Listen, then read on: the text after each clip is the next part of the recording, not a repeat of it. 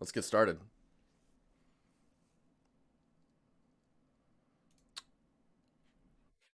I'm just gonna, let's say, I'll put myself here. I think that'll work okay. Let me know if I get in the way of something, or if you need me to hide myself. I can just press a button here. We just slide in and out, whatnot, you know, just chilling.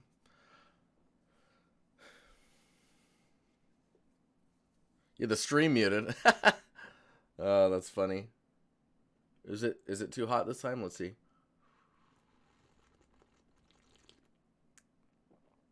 Man, I'm so sensitive. Things are always too hot for me. Can I get child temp? Is there a child temperature?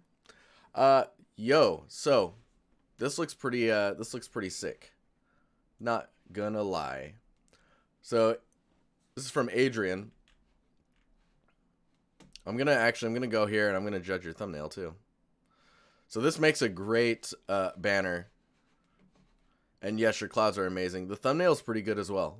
Thumbnail's pretty good. It's really interesting. You're like, oh, what's that? Kind of makes me wish we could animate our thumbnails. So what I will say about this image is, or this scene, first of all, really cool. Really, really cool. What is going on? Okay, hang on, guys. Sorry. I'm noticing I've got banding going on in my colors. Let me see if I can fix this really quick. Do you know what I'm talking about? When like it's like the bit rate of the video is like, or it's like the colors are limited somehow. Let me see if that fixes it.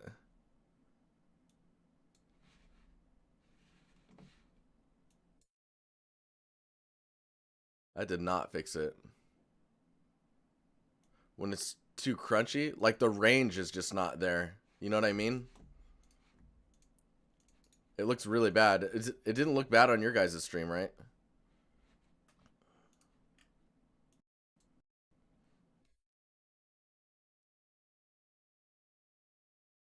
Oh, that's super weird.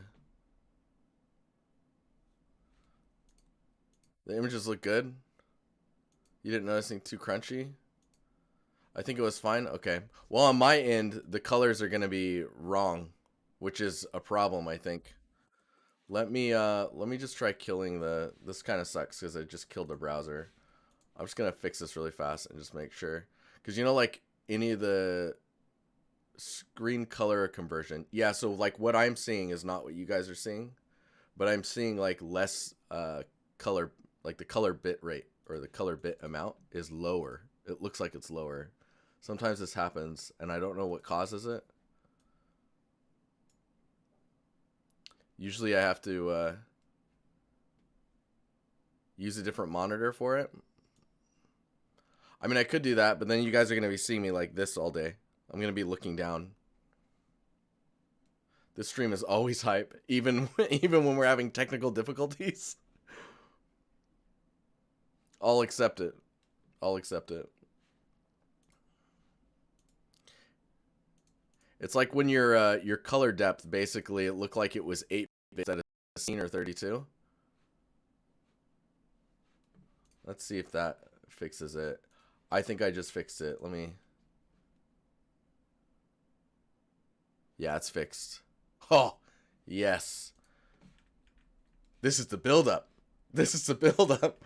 Okay, I'm opening all the links again. Bear with me.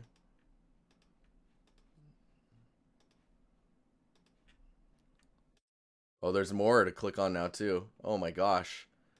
You guys are the bee's knees. Okay. Back at it. All right, so it looks fine to me now. It probably looks the same for you. Yeah, it's not crispness, but it's like the range of gradient. You know when you see banding in the gradient? Ugh. So, looking at this scene, first of all, very cool. The clouds look super cool. Oliver, gosh. Oh man, come on. It looks really cool. When I look at the composition, also pretty interesting. I feel like this one is in shadow, which is nice because you dude, this right here, this is sick. So what I will say, the thing that bugs me is actually, oh man, look this lighting too. Come on, man.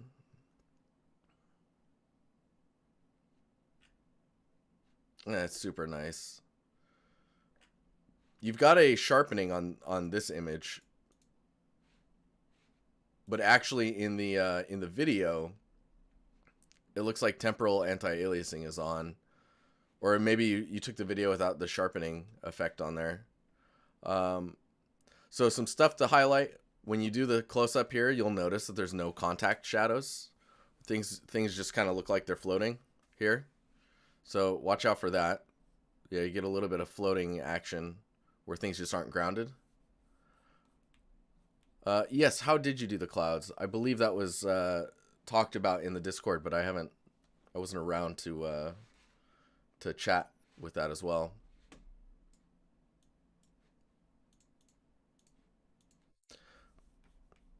So there's that. There's the contact stuff. Couldn't upload videos above 25 megabytes, so cut corners in quality. Ah, I see. Time for some. Yeah. So I would love to see a post on like how you approach the clouds. This shot is really cool. The thing I was gonna mention is this top video. I think you needed to add the bars to the video because your video is right on the edge here. So my brain keeps thinking I'm not seeing the whole thing, if that makes sense. So just getting some bars in your video, I think will help with the framing and formatting of this. Because it actually bugs me that there's no space above the video. Yeah, when I look at the shadows... Yeah, so it's just really close to the top. Like there's no way to scroll up any further, right? The other thing that I was going to mention is your shadows can look a little hard to read. Like you don't see them. I don't know if you're using, so this is using Unreal Engine. I'm assuming this is Unreal 5. You might want to look at ray trace shadows being toggled on or not. Ray trace shadows can look pretty diffused pretty quickly. It's UE4, okay. Because like if it's ray trace shadows, sometimes it can look a little weird, and then when you disable it, it can look better. There's some ways to play with that back and forth, but man, overall, super. This is super sick. I love the shadows on the clouds as well. I think with this cliff edge here, if this was closer to you and like maybe more blurred out, or just felt like it was on a different distance plane from this one, I think it would read just a little better. And again, it's a lot about like all of the propping that's going on here. It's quite soft and fluffy here with the grass and like where the rocks meet the ground. And when you look over here, you have areas where the contact is visible of like a fence being pushed into the rock surface. So it's trying to figure out like what to do with the contact point of the rock in this, and it's should be treated just like this area. Don't be scared to add all the propping needed to hide all these little transitional points between geometry. But other than that, man, this is sick. This is super, super sick. Is this all from like lighting and composition steady? Is this all made up as well? Oh, you can't see my cursor. What? You couldn't see this? Oh, I see. Oh man, okay. Sorry. I'm It's when I use my tablet. You don't see my mouse. So it's these areas I'm talking about. Basically where propping meets other propping. You've got softness here, and then you've got hard edges here. Use all the propping needed to hide those. That's how you get away from like the look of 3D. And it starts to become more organic and natural. I like the gradients and the color of the rock as well. Trees feel a bit low poly. I would agree with that. It also feels a little short. Like these could definitely benefit from being a little grander. And then you can also use them to help with framing.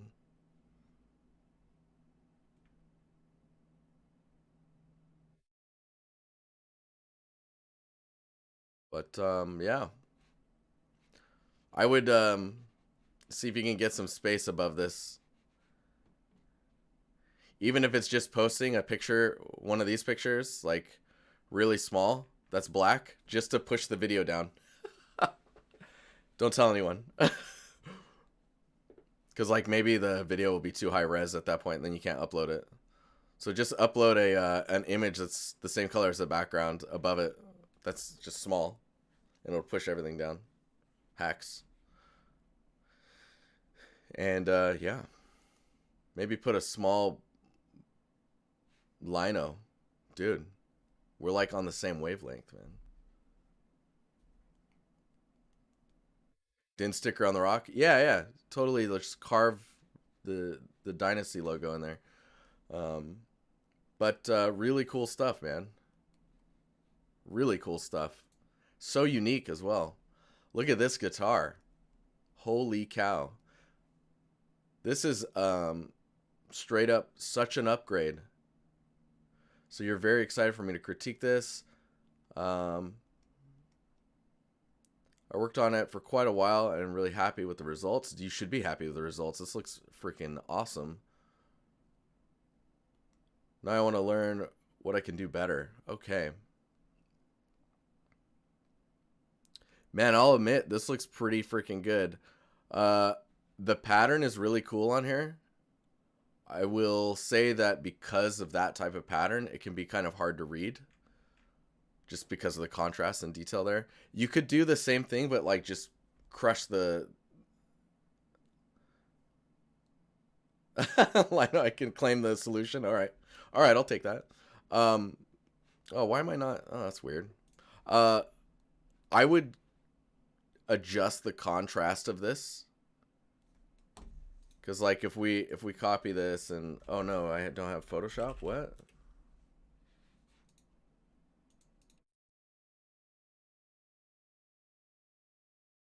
Give me a second here.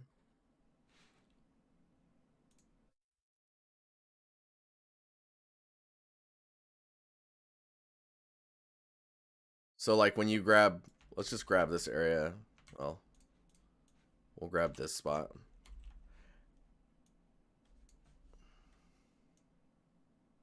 Because it could be just making the pattern more...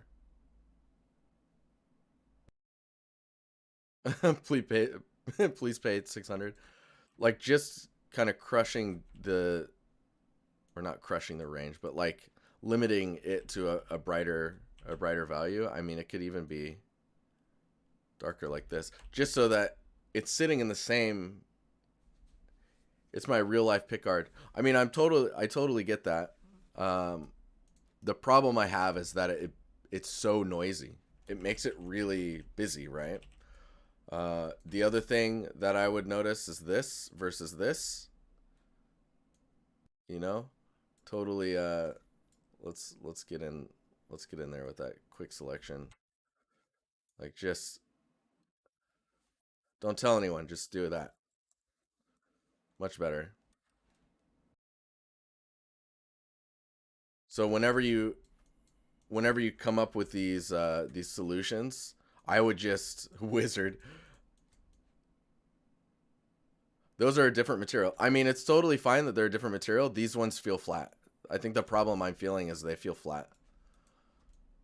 You could possibly put a normal... I don't know if they're like baked on there or if it's floating. Is that a floating screw? Like a floating card with the alpha cut out and it's just kind of placed.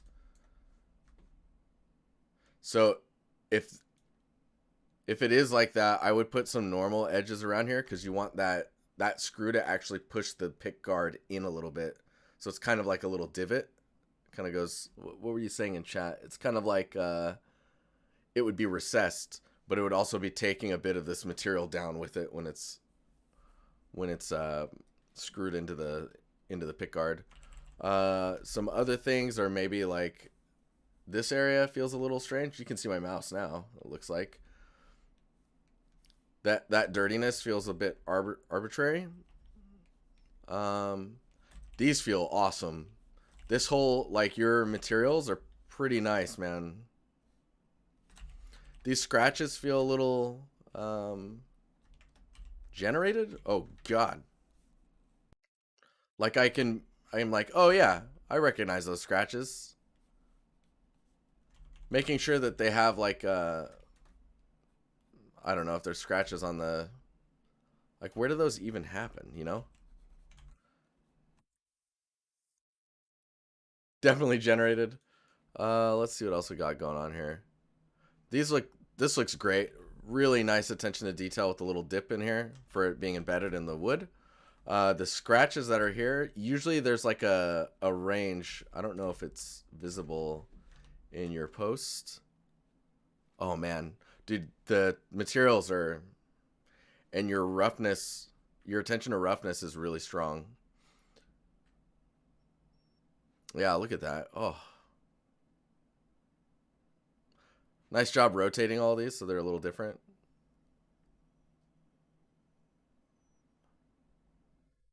This is all nitpicky. Why? Ooh, dude. Yeah, I think once you added the color, I think the color should have been on this image. Is that down here as well? Dang, this presentation is sick. Really nice presentation. Stop uploading photos. So this the background plate here, it's interesting. This is some doing reversal stuff where you've got underlighting, which is helping with the contrast here. Usually I would say push this detail back, but these are so dark that you don't want to do that because then it all kind of flattens out. So this kind of color shifting going on here with the lighting. Oh, bro. Big fan of this color. Big fan. So this all looks very good. Color, roughness. Interesting. So the pickguard actually wouldn't have value differences in the roughness, I don't think.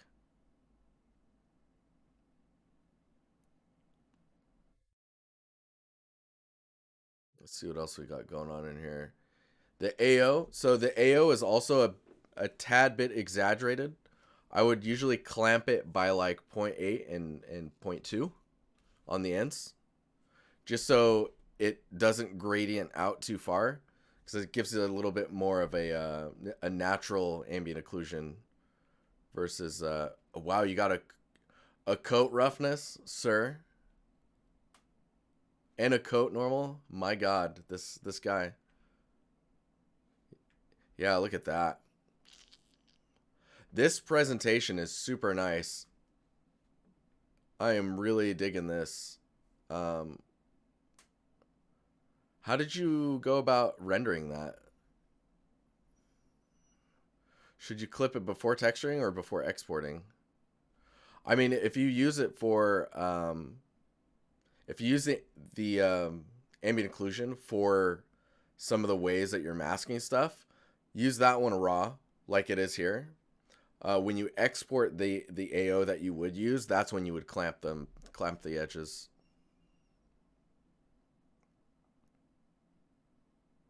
Yeah, this is really cool. Super interesting presentation. Way to present this type of information. And I like how you're labeling all these. This is sick, man. There's a lot of information in here. I don't know if you need these side views and the front and back view.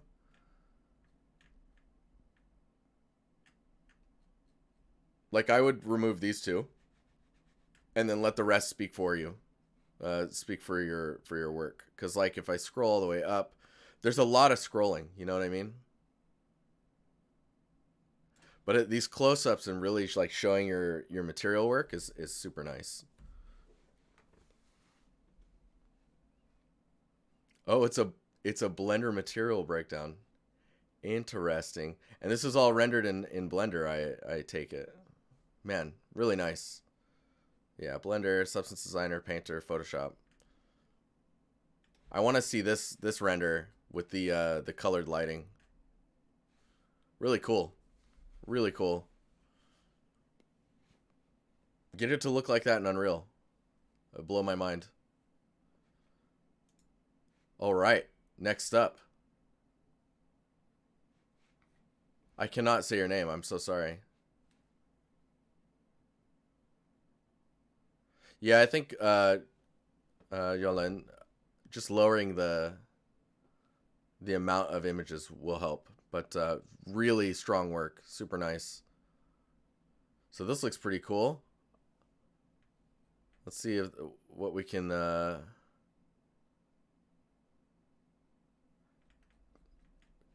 Christoph? Oh, man. Christoph. Okay, I'll take it. Love the button wear and tear. Yeah, you can see that power button's been pressed quite a bit. Definitely. Grab some of this coffee.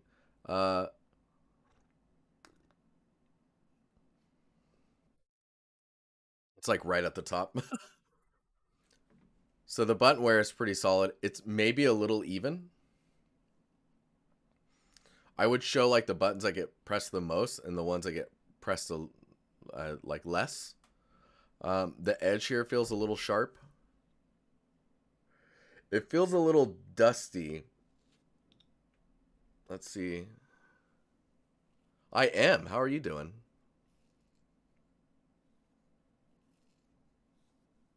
Oh, thank you for the resub, man. 22 months. That's crazy. Hi to you, Oogie. The gray on gray presentation makes it hard to look. Yeah. So I think when the angle is this low, I mean, I would put it on a surface that you can kind of push some form of a reflection off of, even if it's like a blurred reflection, because it's just presentation wise is going to pop a bit more. Yeah, see, even in here, because there's a shadow, that's much easier on the eyes. Let's see what the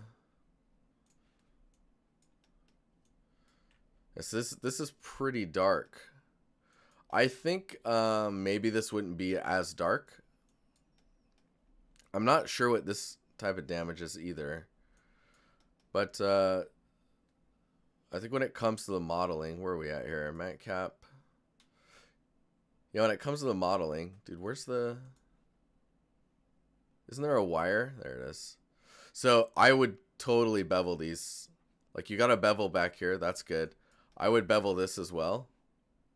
Even if it's not going to be fully... Even if it's in the normal, just get a bevel in there, because it's going to read a little softer. And it looks like there's a hard edge here, even though you've got a bevel in the geometry. Why is that happening? Can I... So there's a UV break there.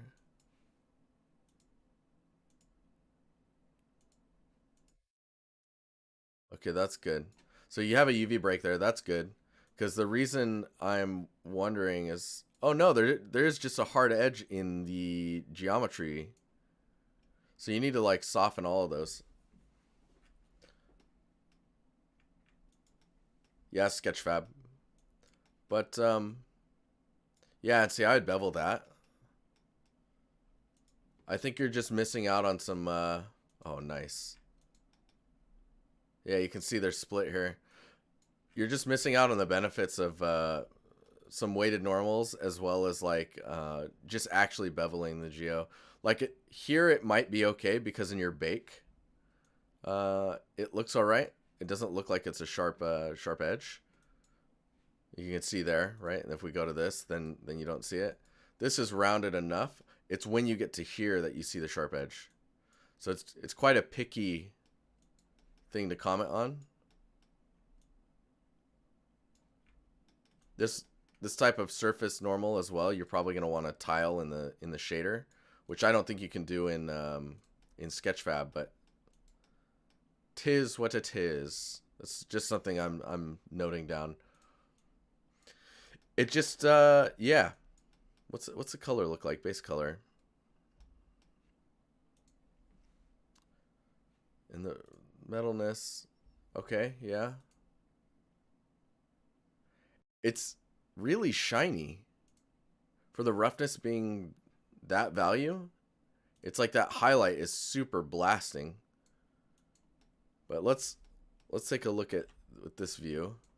I'll just do this and we'll boop boop. Oh my god, flashbang. Oh god. Oh jeez. Um let's bring this over here.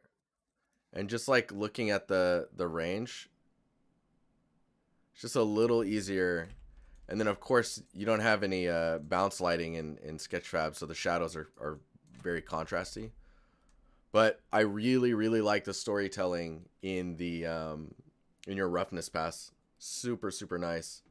The dust, yeah, the dust on top, spot on. You want bonus points? You get that dust on the top to actually look like where you could tell that cassette cases used to sit, and then they've been moved away. So you can see like the shapes of cassette cases and whatnot. But yeah, really cool. It needs more character. Like the cassette cases I was talking about, one of these popped open with a cassette in it that's got text on it or something. But some nice materials. Anyways, very cool. We're spending a lot of time on stuff. I hope we get to everyone. Tyler, awesome. It's not much, but I'm starting to block out a Division inspired scene. Nothing crazy yet, but block out is a good time to get some feedback, I suppose. Cool. Yeah, so this looks like, I'm assuming this will be a gun wall with some equipment, an area to work on stuff, some boxes. Use this opportunity to have different size boxes, like have a square one and then like a rectangular one. When I look at these images, let me do that. Wow, that's kind of high res, isn't it? Let's do this. Just gonna scale this down. So when we're looking at these types of scenes, you want to make sure that you've got colors to work with. Is there a... Let me do that. There we go. Nice. Okay. So you have your... Oh man, this is the best color for this. Let's do that. We'll do this. And then, yeah, you'll get what I'm doing here in a second. So you have your macro shapes, which are like your larger stuff. Then you have your smaller shapes, right? I would put this in that category. I'd put this in there. This guy, these ones, this one, this. And then you've got your even smaller things, which are these details. I guess you could put this in the macro shapes as well. Smaller details. This here. This stuff I would put in the like micro. Not micro, but smaller. So think about the balance. Right now what you're missing is having I know it's the block out, but make sure that you can sell everything from the big and then sell everything from the medium and then everything from the small and then the micro. So if you were to think big, it's the walls and the floor. Once those make sense, then you go to the medium size, which is going to be like this kind of greenish color that I put down. Getting those, the table maybe even, like getting those in place and feeling right is going to be important. Scale, and that they're in a place where it feels like they fill up the scene in the right spots. Like compositionally, it works for you. Then you add the smaller stuff, and then there's the next layer, which is like the even smaller things. But we needed to be able to tell where you're at when you look at the scene. Like, is this a basement? Is this like, where is this? Is this in a subway somewhere in like downtown New York? Um, if that's the case, that will inform what your walls and your floor look like and what types of things you would see on the walls as well, right? So there's a lot of things that have to layer on top of each other in a logical way in order to have that all kind of make sense. And like I was saying, you've got this square box, you get a rectangular one, you probably need like a smaller one. Think about cardboard boxes, paper, debris, where trash builds up, cups, soda, cans, anything. Like, where's the medical bag? You got the division hazard for going into the dark zone. Where does do they ever take their watches off? Where does that go? Is there a division like all those types of details? And I don't know, is this an agent's location? Is this like a safe house? All that stuff. Get that answered in your block out. At least compositionally, and then you really sell it in your material. Ollie, what's up, man? How you doing? All right, let's get to Bray. Yo, you're those UVs though. Just kidding. All right, started this last Wednesday, and I'm beginning to hit a wall where I don't know what to do to make the most impact as far as quality. I think my instinct is to start storytelling or story crafting around the environment to make it more compelling. So, um, so this is a big environment. I'll start there. It looks cool. I'm assuming you have quite a bit of reference, which is what has led to the patterns that you have and where things are at. So, I think I had posted it. Let me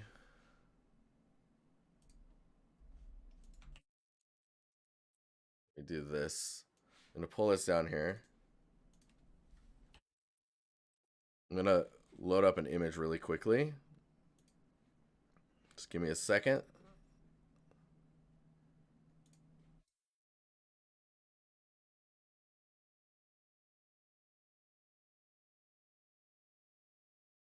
This is not what I'm looking for.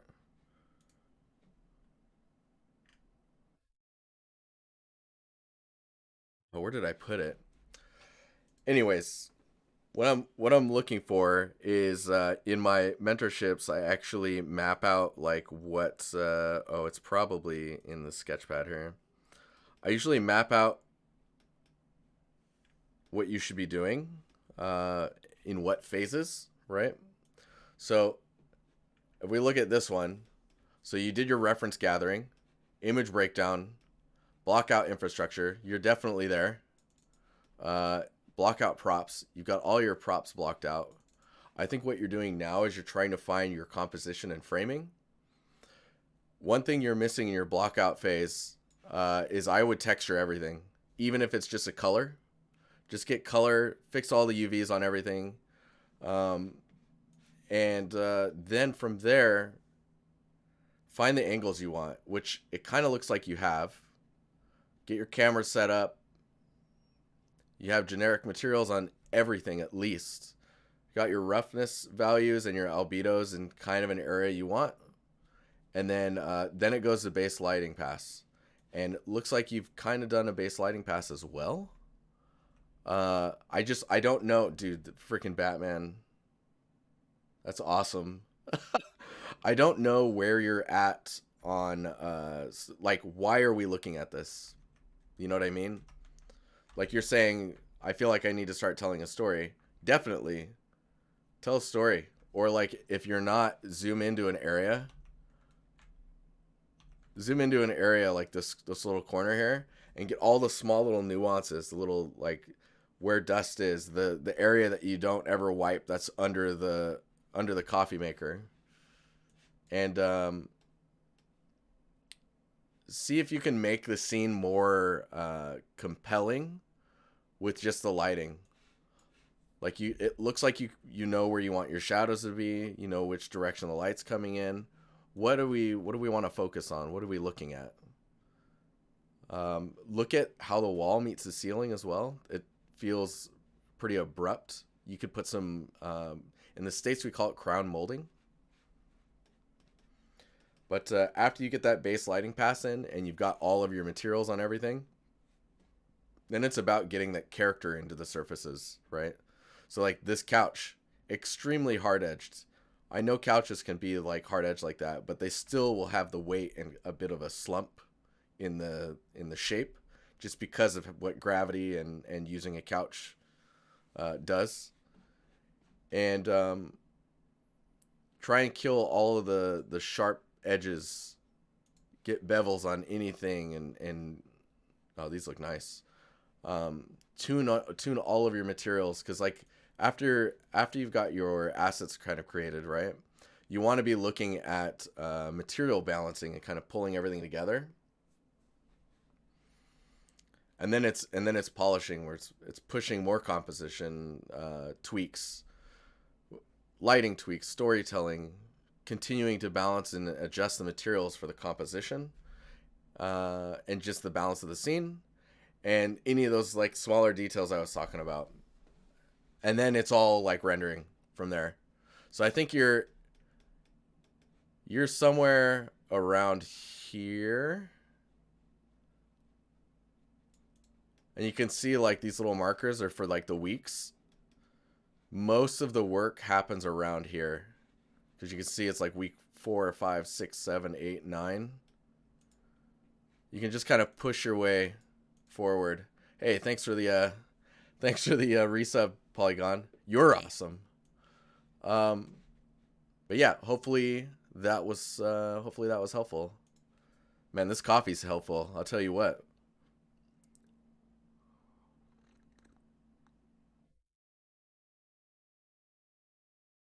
Man, you did all that in 1 week? That's rough, man. That's intense, dude. Okay. Is it Falteria? Or Faltera? Or Faltira? I don't know.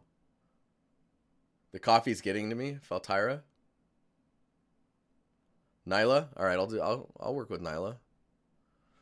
Okay, very new to designer. Still, it's a wood panel for pews in old churches. In an old church. Oh, I see.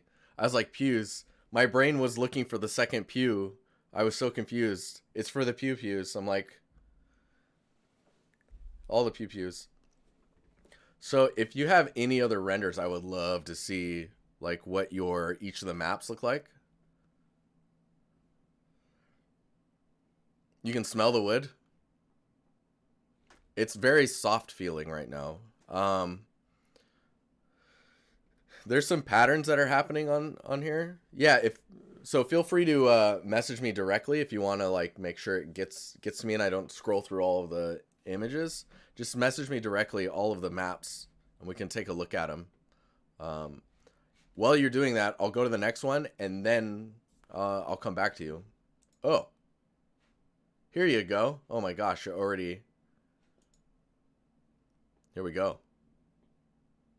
So I do like the look of it. There's some nice variation in the surface.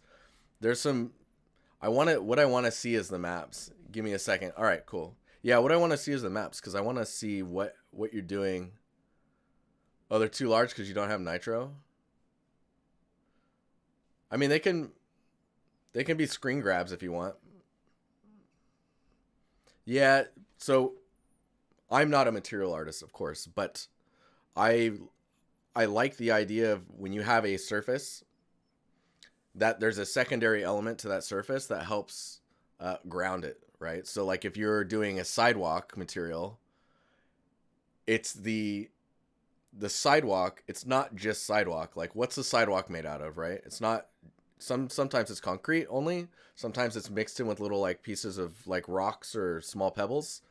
And then from there, what else is on the sidewalk? It's not just sidewalk. It's going to be like gum and cigarette butts in the cracks, and like maybe like little pieces of grass trying to grow in the little crevices, you know? So getting those in there is going to be, it's that second layer or even third layer of just small little details. Okay. So can you message in chat what maps we're looking at as we go? Some of them I'll know and some I won't, because I can't guess. So normal map, that's the normal.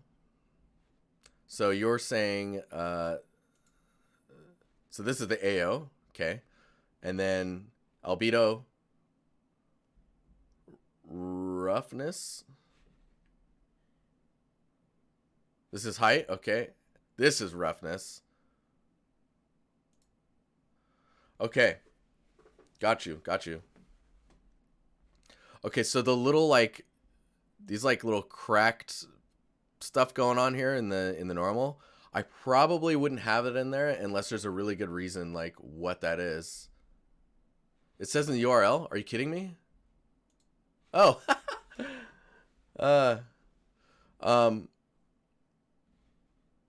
The roughness feels all right. Like in the little crevices, I see you're making it lighter, and I guess that's because you don't want it to be too reflective, right? The reality is that's PBR wise, that's kind of like cheating in a sense, right? It would still be reflective unless there's like dirt or dust buildup in there, and maybe that's what you're going for. If there's not really too much dirt or dust buildup to the amount that it would change the roughness value, the way you get those to be kind of not reflective or receiving reflectivity in your roughness is you use the ambient occlusion for it.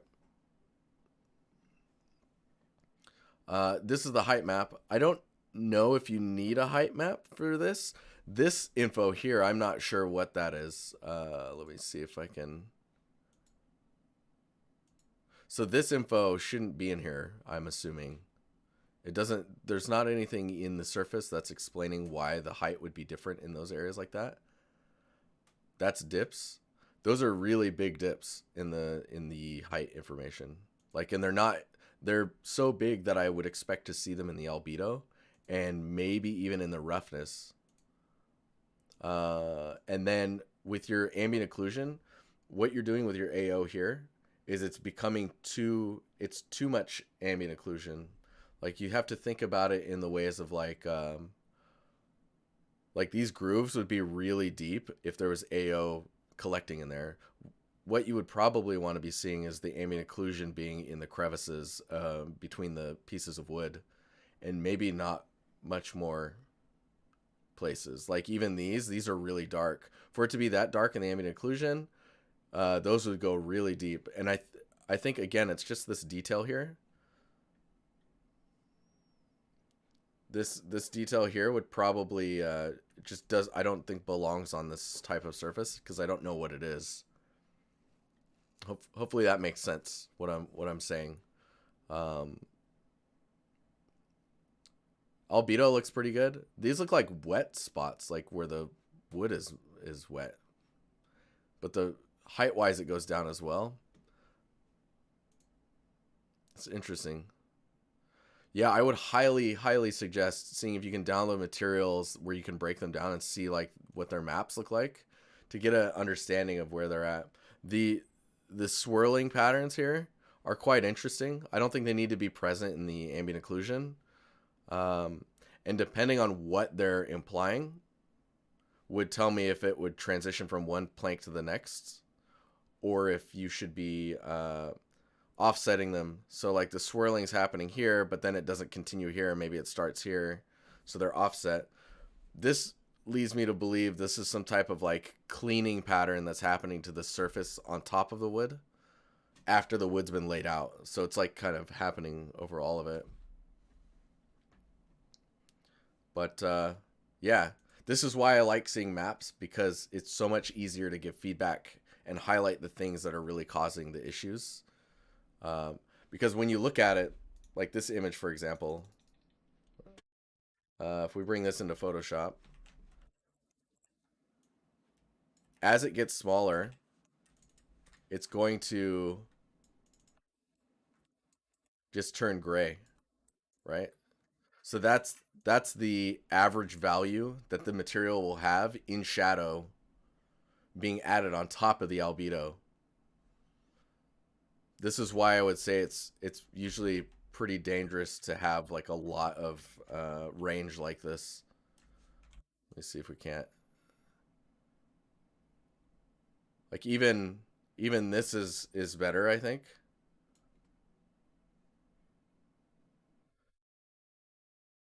But yeah.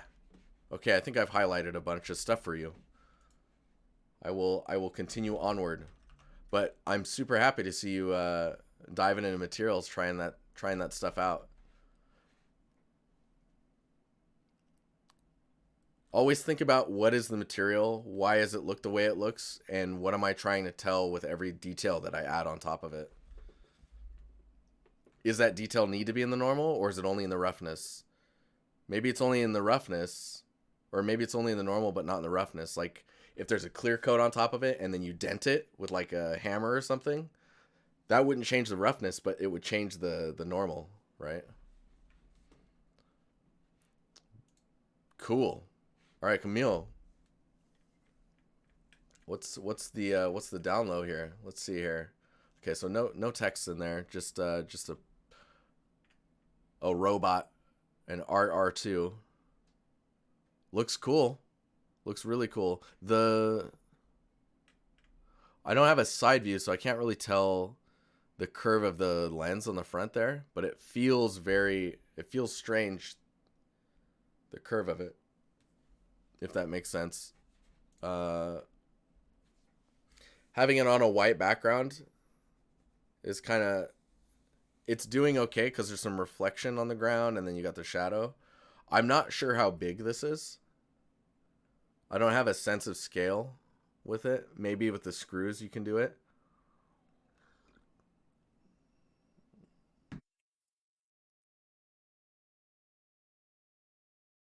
Some BD1 vibes. Oh, from time, yeah. The other thing too is think about when you put text on things, think about how it wears down. Text doesn't usually, like if it's painted on, um, it doesn't usually wear away in like a fade.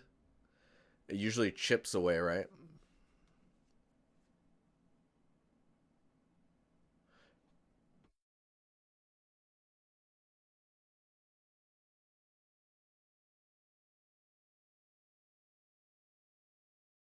But let's see what else we got going on here. It does have a pretty good sense of like how it would move around. If it squats down, there's no room for it to squat down in this spot here. Yeah, I was saying the eye in the front feels a little strange, like the way it's curved.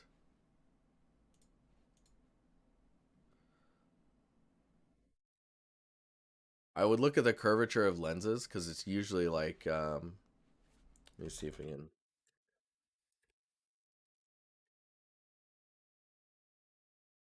I'll start Blender up here.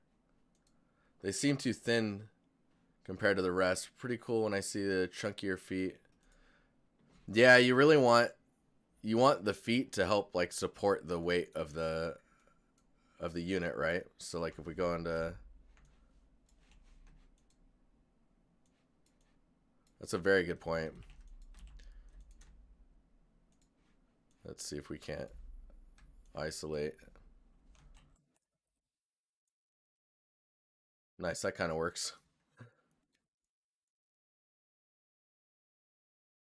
Okay, so if we had this foot, I'll just cut this and paste, and then I'll just don't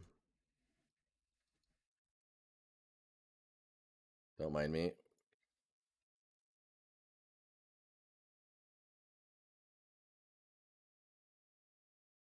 It's gonna do this. So if you have the foot here, I think for these to work. Oh, nice. Okay. Yeah, yeah.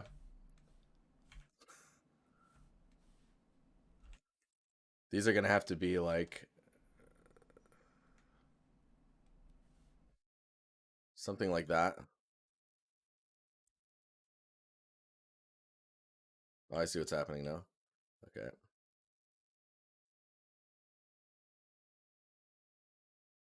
Because now it feels like it can actually hold itself up.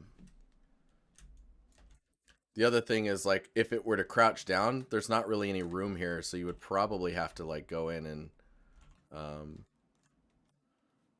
actually we can just draw with a.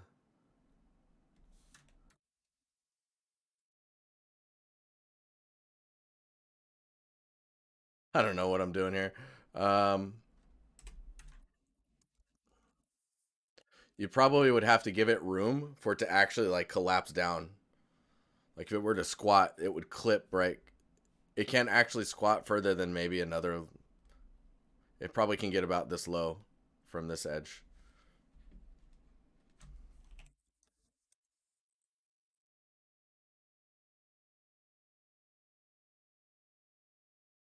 Hopefully that makes sense.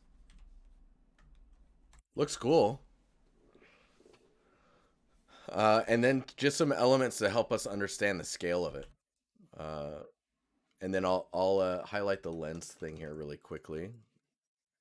So if you have a, let's go with a cube, classic cube, and then we'll go with the UV sphere. Um, we put it here.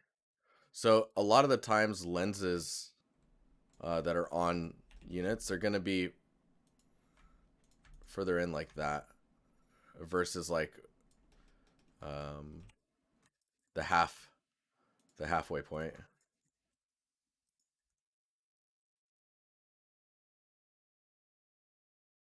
Just do this, and then we dupe this up here, put it to the side, so you can see like how far it feels like it sticks out when you usually want it at like a quarter of it sticking through. You get a much more natural kind of curve of a lens. It might even be able to go a little bit, even a little bit further in. But yeah, this feels really, if it was super wide angle, like a 180 lens, then I guess it could maybe stick out like that. But yeah, just something to keep in mind. And then the scale, like Pontus in chat was saying. And what is the purpose of this bot? Is it a scout? If it was a scout, I guess I would expect it to have many more lenses on it. You thought the same visual? Nice. But pretty cool. All right, Nova Space Burgers. I bet those are pretty good. That hologram looks cool.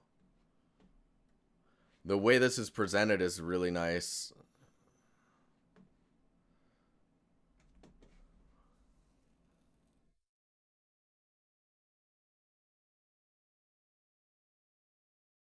So you got a nice ramp here for accessibility. It's quite steep. I'll say it's pretty steep.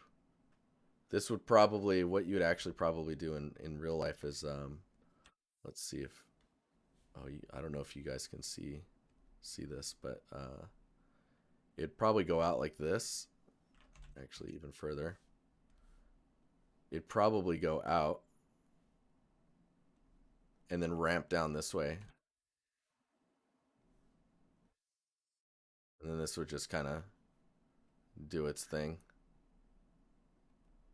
Nice. This is not, come on.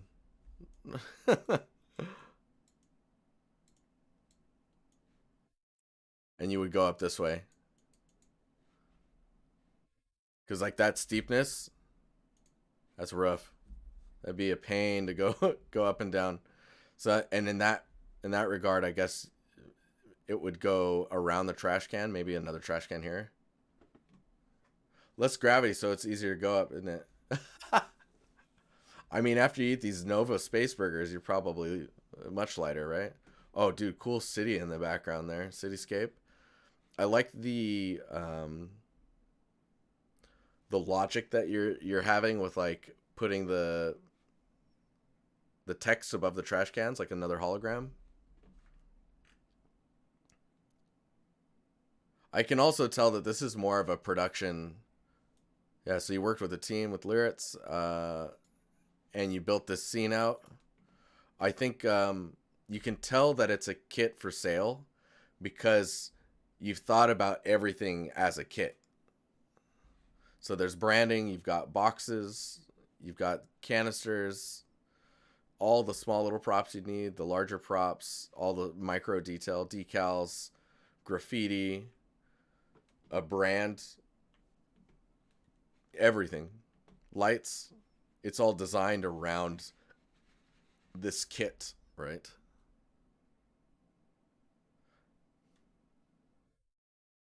The scale of some of this stuff feels weird. Are these really big burgers? And are those are fry boxes? Interesting. Man, this place is messy. Love this. This is really cool.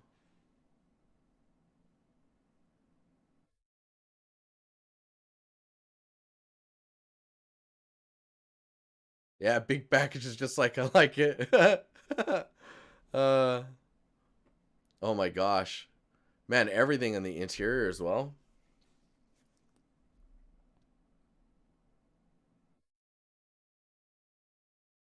Oh, of course hamburgers. Of course, of course. So with graffiti, uh I'd really think about make sure you're thinking about how high someone can reach when they do graffiti. It's a 5-star experience. Graffiti is usually going to be down in the what I call the lazy range. Um, they're only going to be doing graffiti at the areas they can reach, and if they're reaching really high, they usually get more ridiculous and simple. But yeah, just think about where people can reach when they do graffiti. Uh, I don't have too much else to add on this. The foliage, the grass feels a little, or these like weed type things, they feel a little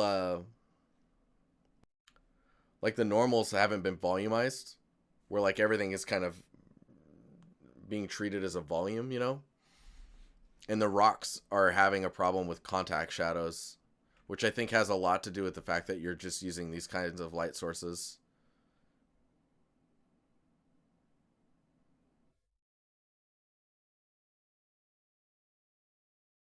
If you mind a comment, no, no, it's all good. It seems like every bottle, ketchup slash mustard, are settled places on the table. Yeah, there's a the placement of things on the table don't feel like they were left there by people that finished eating. It feels like they were placed there, if that makes sense. Like when I'm done eating at a restaurant, before I clean up the area or before it's like if the place is cleaned up for you, um, usually the boxes are half open. You've got all the freaking what is it? The napkins kind of all crumpled up and stuff. Uh, yeah, but overall, really cool. It's a huge undertaking for the scene as well. Clean up, throw stuff on ground. Oh yeah, yeah, I'll clean it up.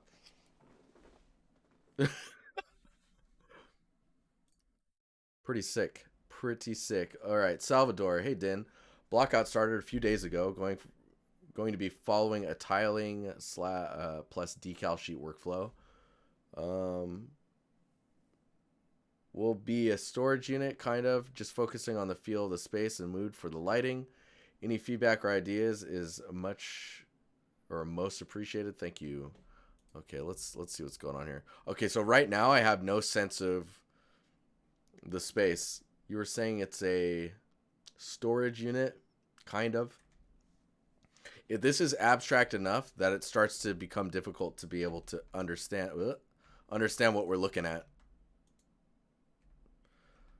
So, if you're making up the space, it's going to become even more difficult to maintain that parity of reality. Uh, so I would start with a basis of something real, and then develop from there. Hopefully, you have a lot of references and concepts because I don't even know like if this is a storage unit, I don't know how you get inside of it. If it's a side scroller and these are walkways, like I have no sense of scale. I have no sense of like how it's used. How are things stored? Do these rotate? You know what I mean? Like there's a lot of questions. It's very abstract feeling right now.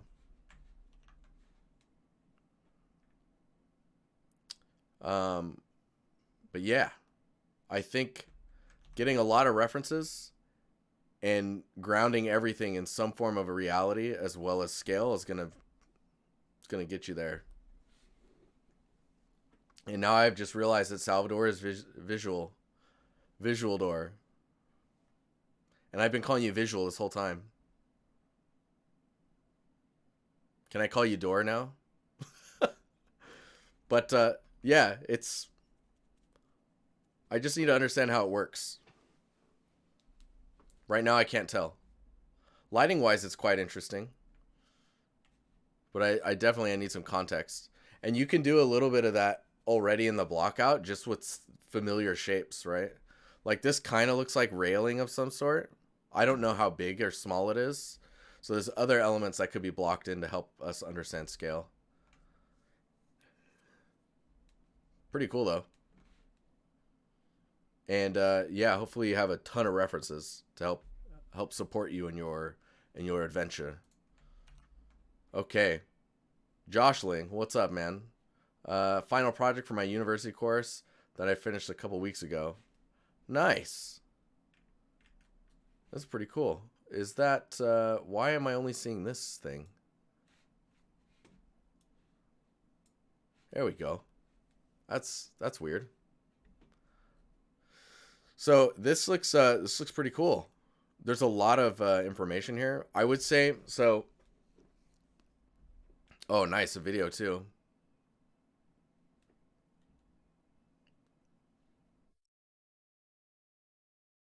Man, this is a huge project, that's for sure. Hey, no problem, visual.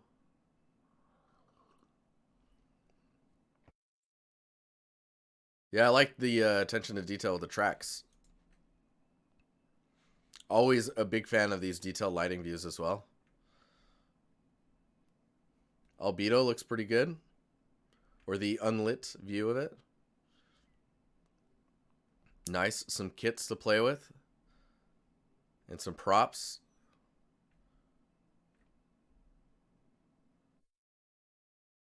That is some serious wood material going on there. Dude, look at the little squigglies. Nice, some shader breakdown as well. Man, I always like when someone like when they show off their material work as well. It's just a really, it's just cool to see.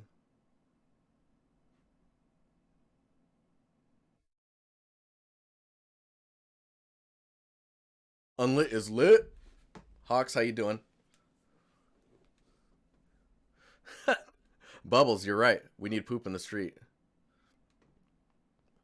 So, one thing I would say about these values is, and this is a really good production thought that you should have as well when you're thinking about producing content in games, is when you have all these sliders, and you see it when I was working on my scene, my alien diorama, is there's a lot of sliders and things to tweak and change. If you're going full production in like a big environment, like this scene, I would say this is a big environment. This is a big space. Um, think about building the shader in a way where you can use the same shader, and every time you move it, it kind of randomizes these values within a range that you find acceptable. And then you can override later if you want. But if it randomizes inside of that range, you can put the same box next to itself, and it can kind of just be a little bit different each time. And that should save you and shave off a lot of time when it comes to the little small tweaks and changes. When we go up here, so your albedos look pretty good. What I'm not seeing, maybe the ground is a bit saturated. What I'm not seeing is your roughness. And when I'm in this view, like up here, like these renders, You see there's a lot of scrolling as well, so maybe there's too many images in here. Um, I'm also not seeing a lot of roughness in here. Everything seems to be very similar, which I think is because it's all in wood range, like the wood value. There's a little bit of metal here, although it doesn't look like there's metalness on it at first glance. Would prefer full width images. Yeah, the kind of box frame is a little... Is that actually... Hang on, let me...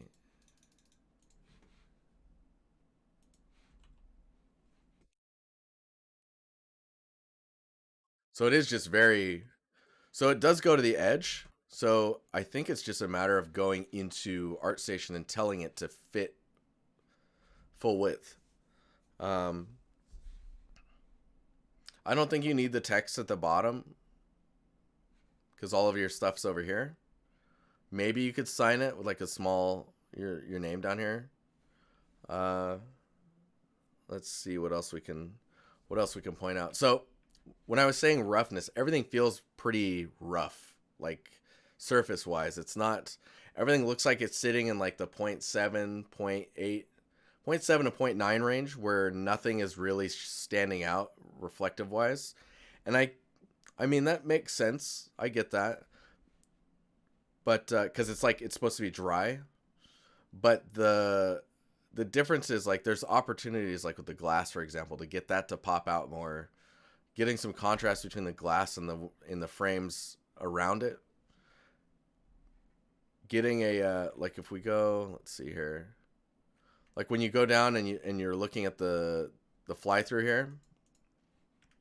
I think these lines on the ground are with splines. You need to add more subdivisions or more cuts in the spline so that way you don't get these like harsh angles. And I would almost argue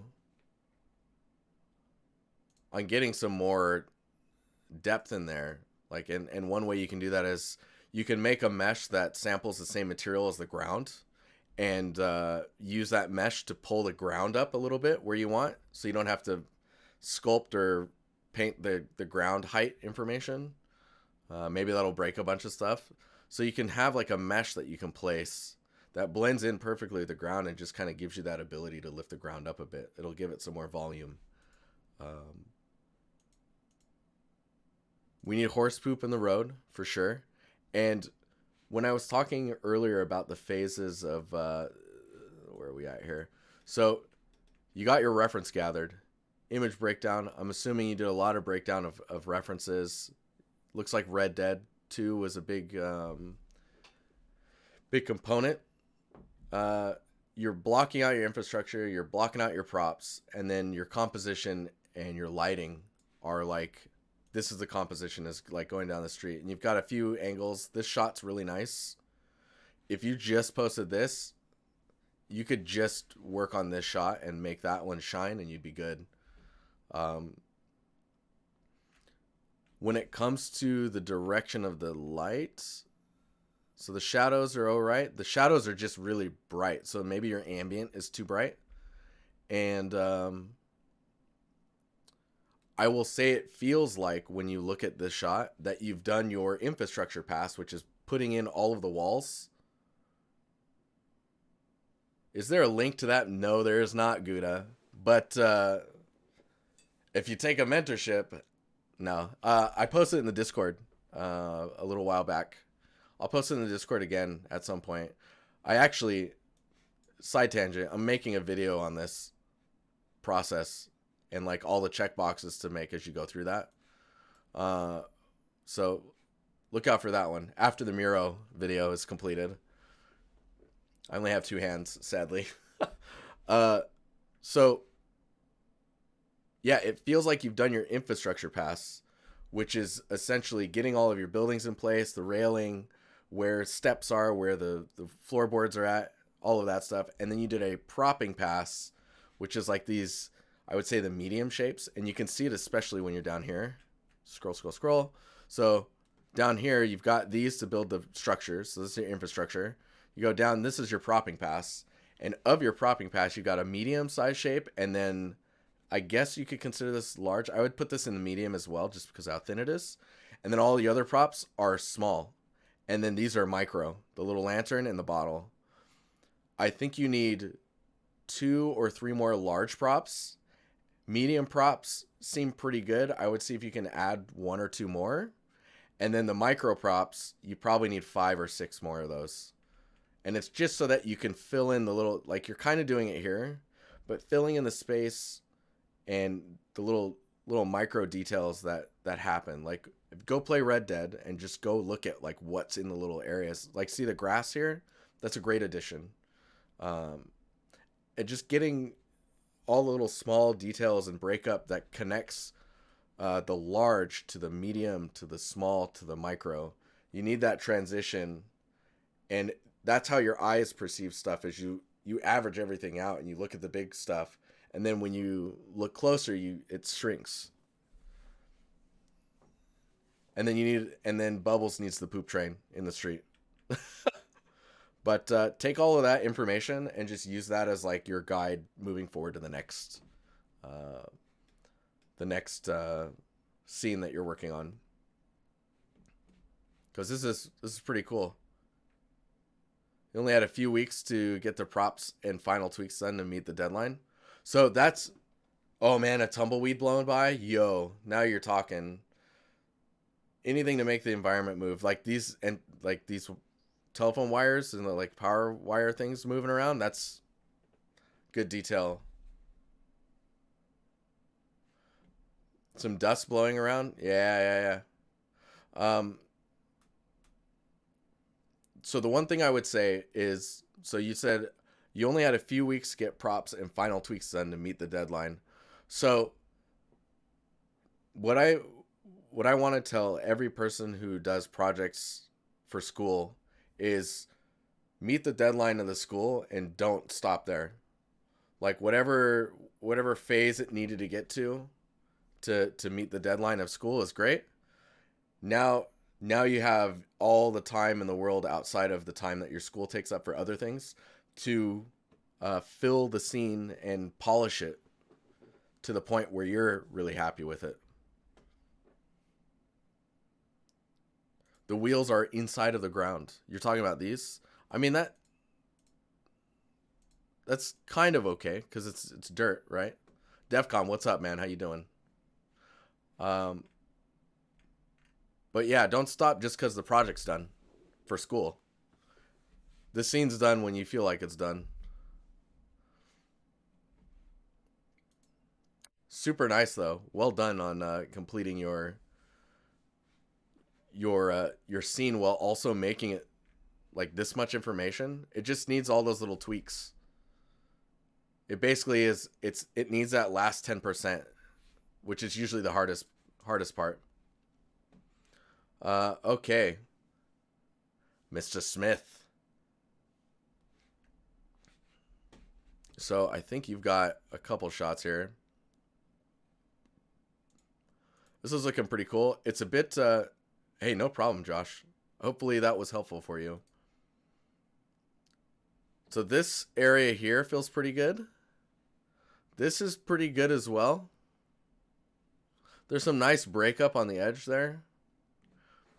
This area here feels like it still needs the details that aren't there yet. Let's see what else we got going on here. And then this one. So there's some nice information that's happening. This is really shiny. Like that paint is serious.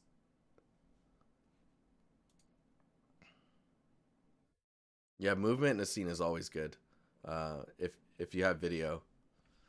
So would love some feedback in any details I should add in this area or areas to focus on as I wrap up this little environment. So this feels good.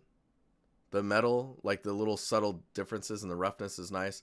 This is feeling pretty good. This doesn't feel like it's had any attention yet. How even these are bugs me. It just feels like unnatural. I guess they are pretty even most of the time. The billboard feels strangely thick and stylized. It's kind of like when you're learning Photoshop for the first time and you put like a emboss on a block of color.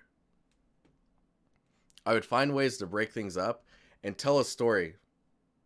Tell a story. Like put a trash can here. Have it full and just a bunch of trash around it.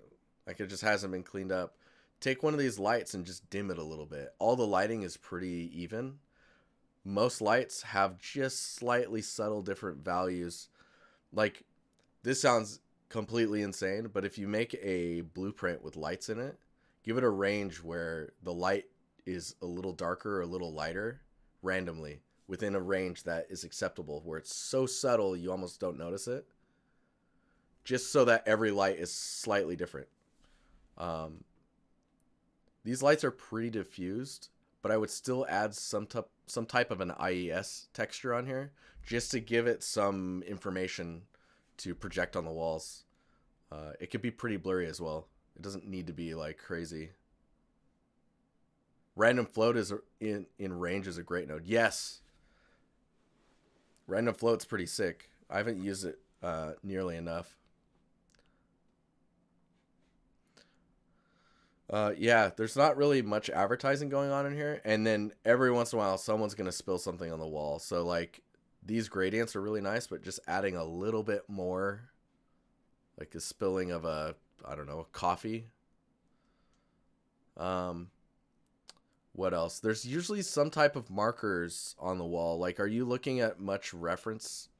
Uh, I I feel like there's supposed to be more things here, and there's not. Like there's something that's missing. This darkening here as well. It's weird that it's going up, but then also down. Yeah, fire hose or like an emergency box for like if someone has like a heart attack. Those like there's these elements that are always present in these spaces. And like the detail that's on the ceiling right here, like in like that, if you break it up into thirds, somewhere around here would be great for this ventilation to change direction or like go into the wall, or an extra pipe to just break away and go into the wall, or turn. An advertisement, sure, that would be cool. I think you don't really need this when you have this. So like expecting to see advertising in here would be good.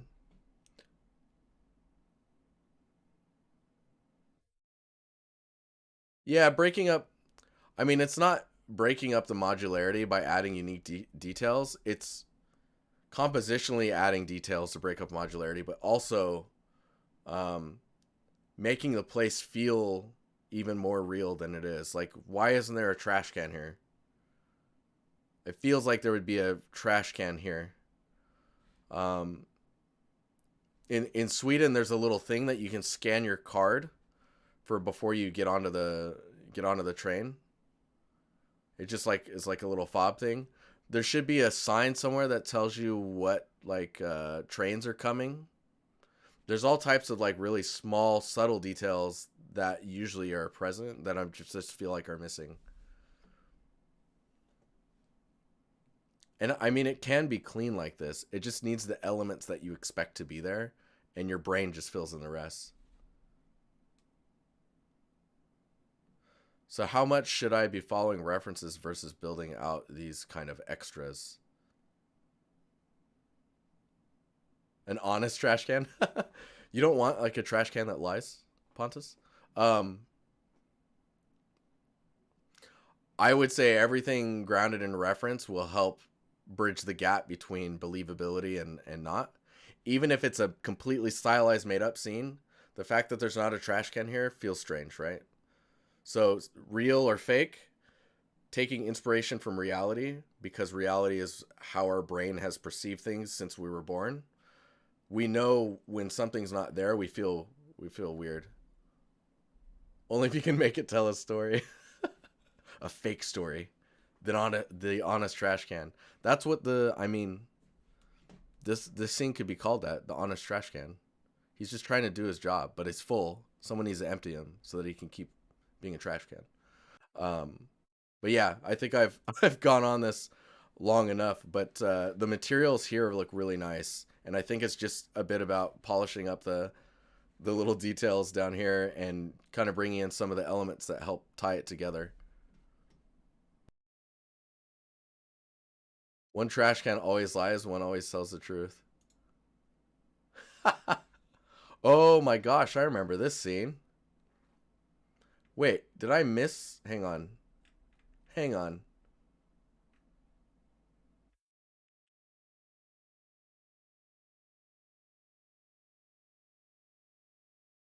I think one got deleted, but I caught it before it was gone.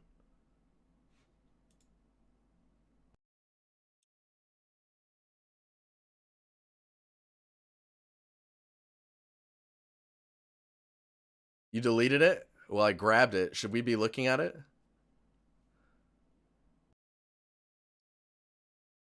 How you feeling, Polly?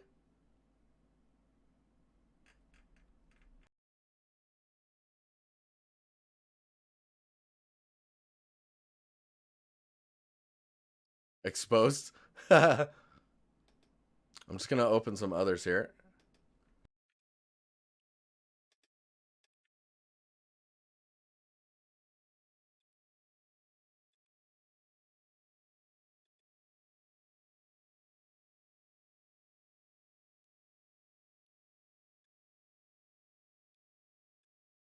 All right, I'm gonna start moving pretty fast because there's a lot of stuff in here. Okay.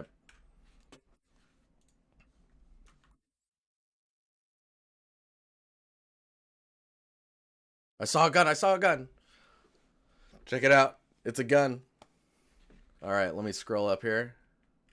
So, would like to hear some feedback on my latest work. Looking to become a junior hard surface artist since I suck at organic sculpting. Well, I mean, everyone. So the reality is everyone kind of sucks at everything, and then you just kind of keep doing it and learning from the things that you get feedback on, and looking at reference and understanding things. You'll get better at it. So you can get better at organic sculpting. You just have to go for it. But it looks like you're going for hard surface, so I'm excited to help you progress in your hard surface action. So yes, the background is distracting. I agree with that. Um, this one's a little bit better. I have some tangent issues where like when the asset reaches the edge here, you're like, it's the same with here. Just just shrink it back a bit. That'll help immensely. This is also insanely difficult to read. All of your background should be toned back and like half value at least. This one's super cool. Again, though, it's really close to the edge. You probably want to let me see if we can't like. Man, that's a cool way of presenting that. This is 4K, and okay, huh, almost almost lost it there. Um, I don't know if this is possible, but I'm gonna attempt. Nope. See, the selection is even having a hard time. Um, but the space that you have above, like this gap, getting that much room, it's almost like you need to do this. Like you need about that much more room in the background. If that helps. I don't know if that helps. I'm just gonna scale this up and then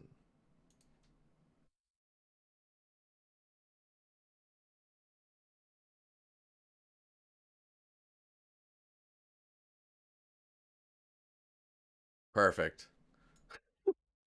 So just getting more room, stretch that last pixel.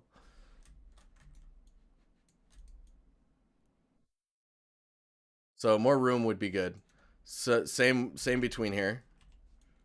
Um, the contrast of the background, like even just like oh, I can't do it. We're gonna just burn time trying to do this.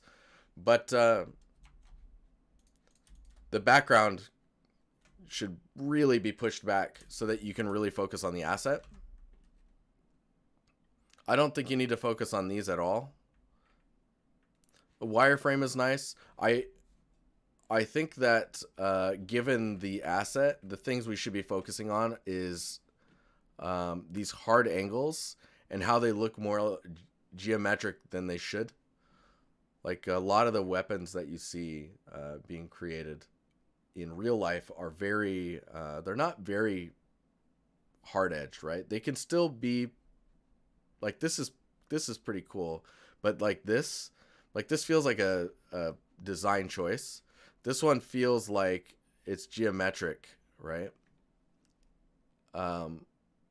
And it's those types of details and understanding like how weapons are actually built and implementing those type of language, that visual language of actual weapons into your own designs. That's why it's usually a good idea to create from reality first, and then figure out how to exaggerate and change those shapes while still understanding them to create your own weapons. This is actually from here. Oh boy. Hang on. Aha, I see why. Well, we don't see it in this image, so here we go. I'll link it to you guys if you want to check it out. Yeah, it doesn't feel like there's enough room for the recoil spring. So see this, what are we watching, Din? So this area here is pretty cool. And I don't think you don't really show it all that much. Yeah, these are quite angled. That's so odd.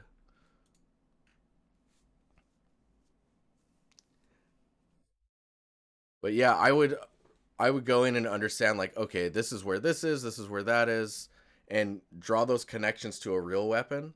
And where it doesn't work, you need to adapt the concept to it, because this concept looks like it's got some understanding of reality, but then there's differences that are being made for, like, for example, with the spring, the recoil spring, not having enough room. That might be a real problem.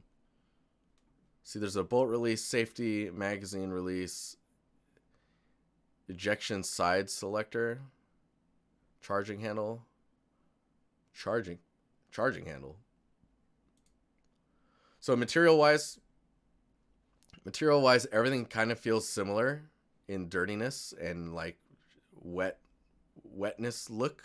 I don't know how to best describe the types of surfaces we're seeing. Really understanding what type of metal it is, how it ages, where it ages, what this material is. Is that actually wet? Is that sweat from the hand? What's the understanding the materials is going to be really important. And I think right now they're just implied surfaces conceptually and not fully like realized yet. Given all of that, you've posted it already, and that's cool. I would just take what you learned from this and just kind of move forward with your learnings and grow from there. Yeah, the concept does have some bolder bevels as well. Like there's a bevel here, but then it's sharper here. I wonder if that's yeah, you've got it. You got the bevel there and it's sharp there. That's cool. But yeah, designing with reality in mind, even when stylized, and then looking at your materials and really understanding what's the material and how does it wear, as well as where does it wear. Yeah. Hello. What is this? I don't have anything from my new portfolio scene, but I can throw in a bit of my last shipped game. Nice.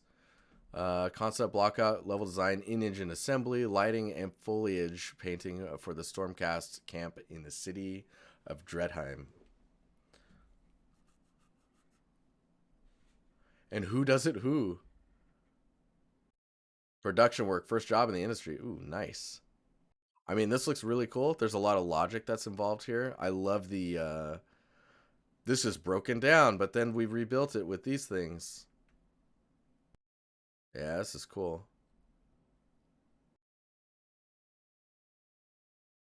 It's weird. I feel like I can't really feedback on work like this because there's art direction choices that are made, right?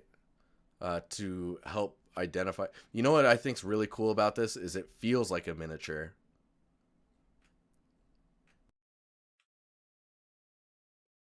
There's a lot of like cool storytelling that's going on here. The characters are quite colorful by comparison of everything else, which I think is a design choice to try and get them to pop out from the rest of the environment. Overall, though, this looks great. And compositionally, it looks really cool. The way this steps is also really nice. Good use of lighting. It's, yeah, this looks cool. Really intriguing.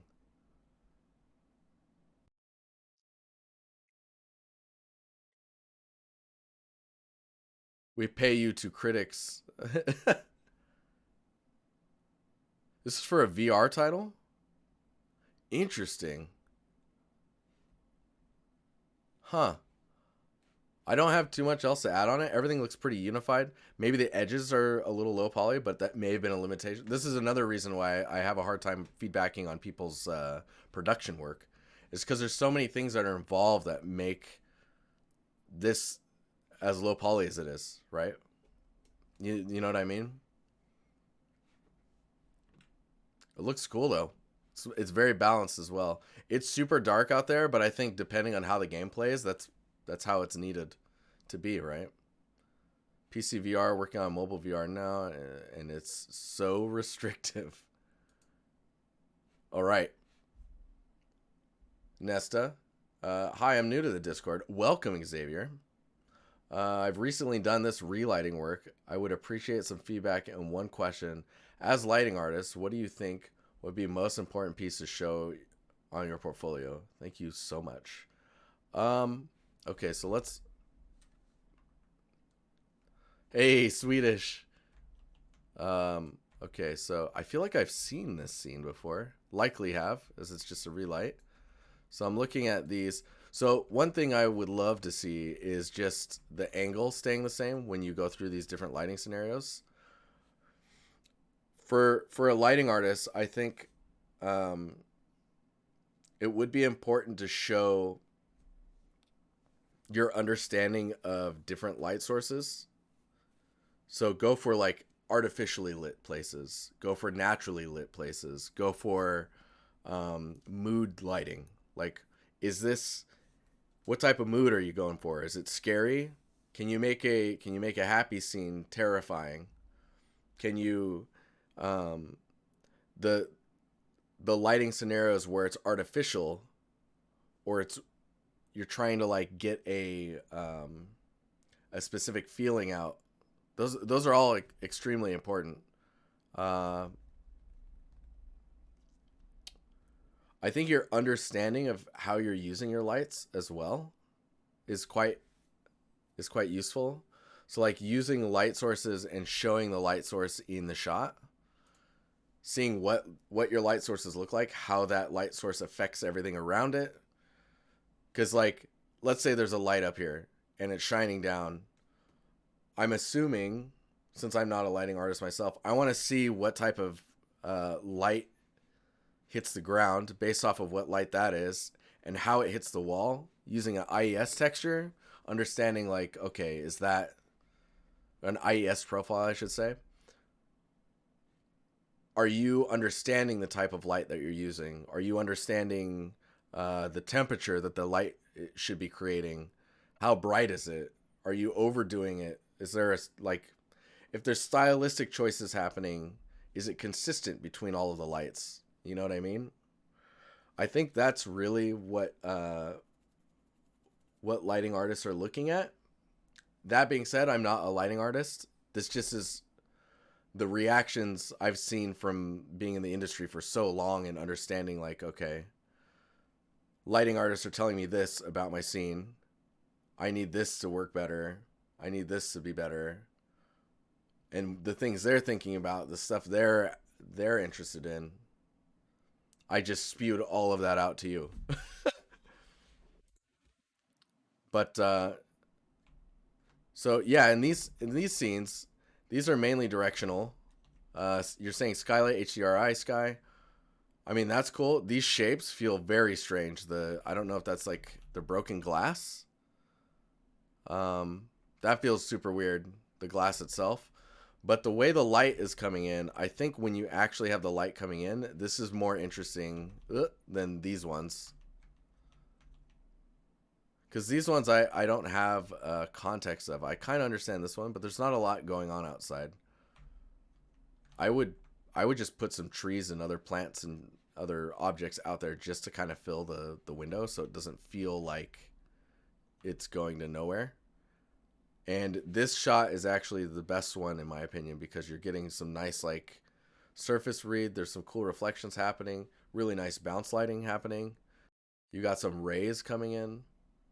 And there's some nice contrast of stuff happening around the how everything is being affected by the lighting. I think if you want to really have nice scenes, you got to have scenes that are nice scenes of light are ones that are very, very accurate in PBR. So don't be hesitant to go in and actually just use the Megascans library so that you can get a consistency in the assets that are being used. And then do some lighting studies. Try and invoke emotion or a specific story or a feeling. Still wanting that mug. Well, there's a bunch of mugs here. I don't know if we can... Oh, you can't really see them. There's a bunch of mugs up there. You see them? Up there? I just ordered some boxes. Do you know what that means? Giveaways are coming. Anyways, so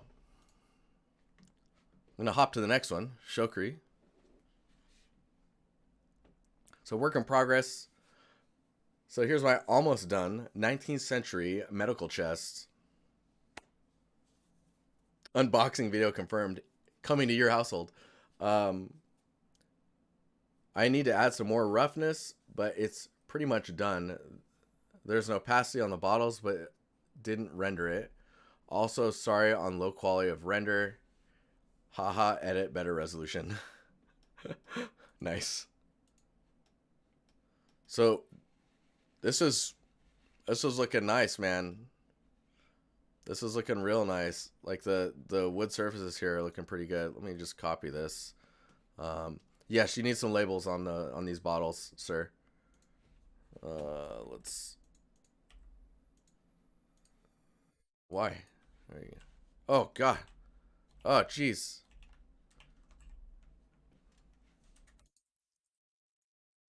So don't forget to sharpen your work. I'm just gonna. Where are we at here? Other. High pass. Hello, high pass. It has been a while. Gonna do an overlay. Right, so you can see how much crunchier and like implied the detail becomes. You can get this with the sharpen equals 1 on in Unreal. I don't know if you're on Unreal while you're doing this, but that's one thing to do. If you're not in Unreal, you can do it with the overlay and doing a high pass, which is in other and high pass. What you want to do is only see the details that you want to sharpen, and then you can overlay that on top and you can see the before and after, and then you can put a mask, invert that mask, and then paint it where you want that sharpness to occur. You can see, because you don't, having it sharp everywhere is going to be a little spicy. But anyways, so this is looking pretty cool. There's some nice variation in the wood colors, and I like that the sides of the drawers, there's a different color. Super cool. Super cool. Set bloom intensity ×2. There's not much to bloom off of right now, you know what I mean? If you're in Marmoset, I imagine you can do a clear coat on the wood, couldn't you? Texture work is really nice, though, yes. I will agree. Don't hesitate to add more geometry to these. Just round that bad boy out. This is going to look really good when you get the glass in there. You're saying that yeah, it's a bit dark. Yeah, I agree with that. I concur. Let me brighten it up like that too. Maybe desaturate a bit. Um, yeah, this is all looking real cool, man.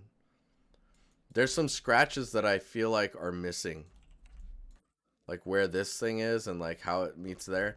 You'll also get some natural discoloring in the wood around where metal is going to be, just because of like either oils or the way that the oxidation of the metal is affecting the wood around it.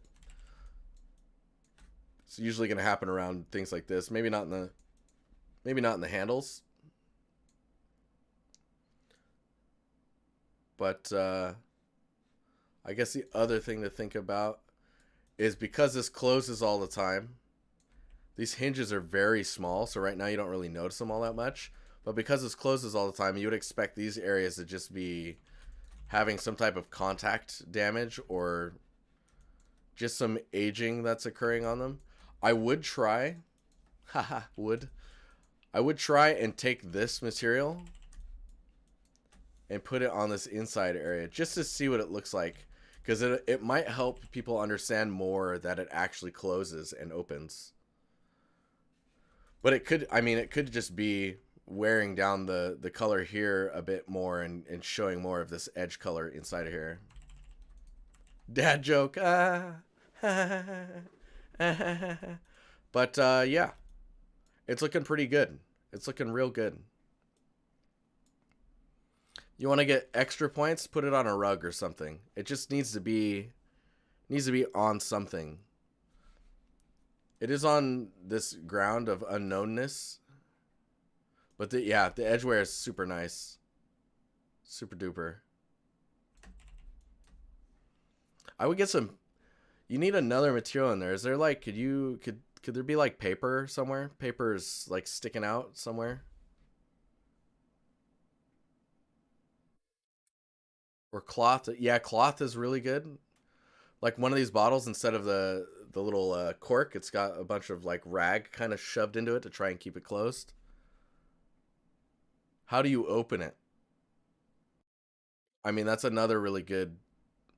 Oh, dude, get this. Okay, so the bottom here, this gets covered by these, right? As it shuts.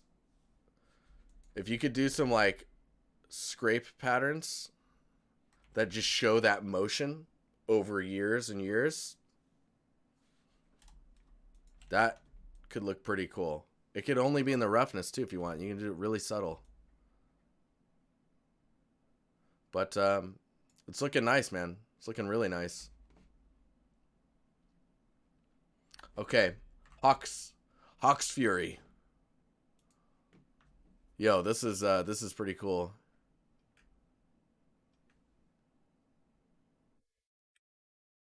Wait, so it's behind the.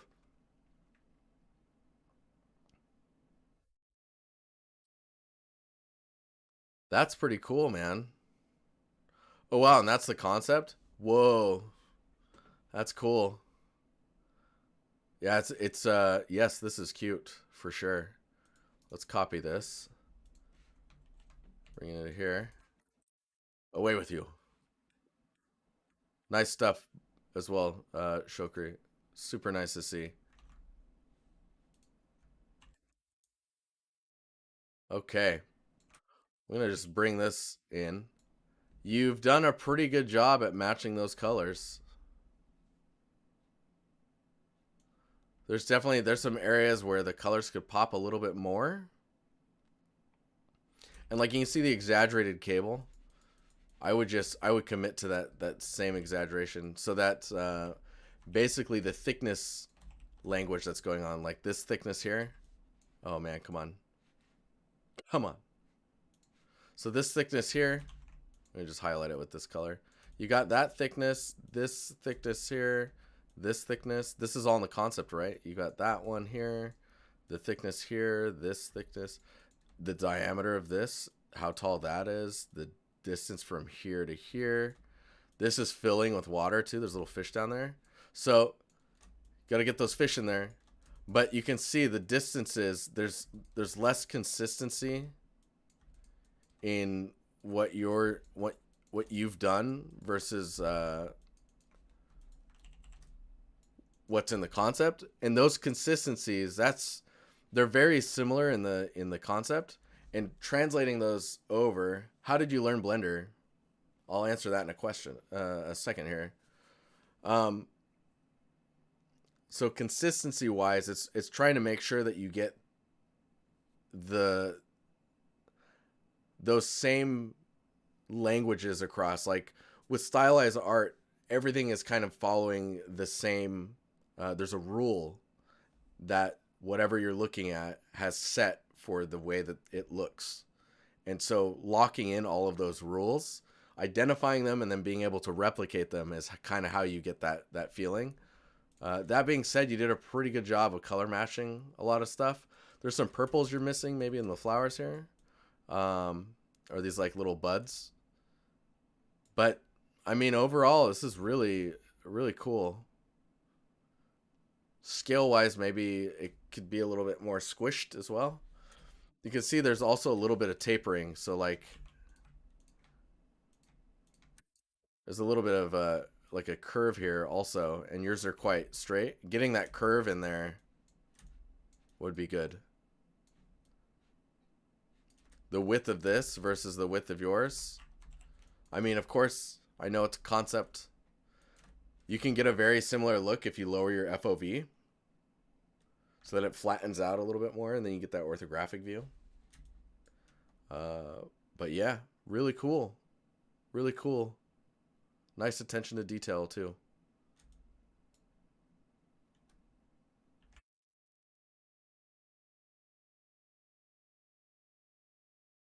Or you guys are looking at the sort order of the clouds and you guys are hardcore. Yeah, they cast shadows on each other as well. So the way I learned Blender, yeah, I like this. The way I learned Blender is by just trying to use it. I was already comfortable with 3D. So it's just a matter of like learning how to use it. You can watch that happen. I streamed all of it and recorded it. It was pretty it was pretty it was interesting. We'll say it like that.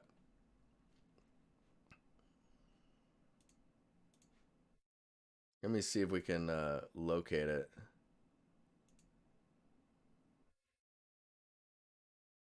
Yeah, so there's this playlist. This one.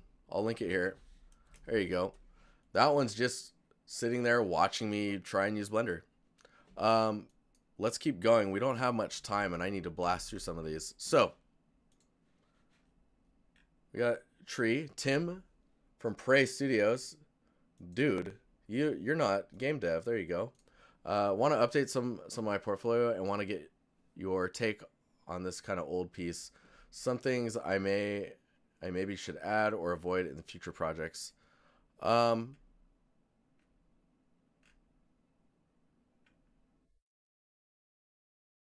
mean, this looks pretty cool. The moss feels nice and soft.